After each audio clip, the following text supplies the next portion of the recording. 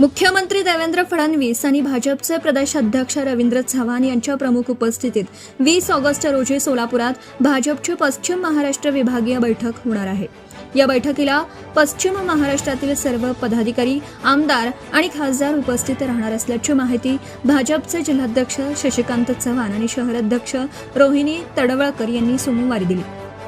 शासकीय विश्रामगृहात सोमवारी सायंकाळी आमदार सचिन कल्याण शेट्टी, आमदार देवेंद्र कोठे यांच्या उपस्थितीत भाजपच्या प्रमुख पदाधिकाऱ्यांची बैठक झाली।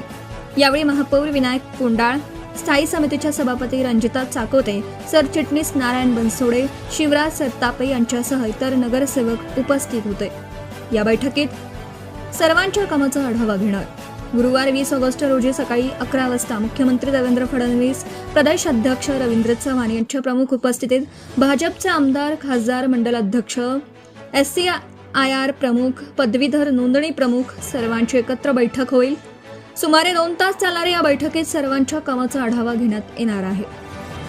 विभागीय कार्यक्रमाच्या तयारीचा आढावा घेण्यात आला। भाजपकडून 10 ते 15 ऑगस्ट दरम्यान हर घर तिरंगा अभियान राबवले जात आहे। 10 ते 13 ऑगस्ट दरम्यान विधानसभा स्तरावर युवा व महिला मोर्चाच्या पुढाकाराने भव्य तिरंगा यात्रा काढल्या जातील आणि 13 ते 15 ऑगस्ट दरम्यान घरोघरी तिरंगा फडकवण्यात येईल। 14 ऑगस्ट रोजी विभीषिका स्मृती दिनानिमित्त फाळणीच्या वेदनांचं स्मरण म्हणून मूक मिरवणूक, छायाचित्र प्रदर्शन आणि व्याख्यानांचं विशेष आयोजन केलं जाणार आहे।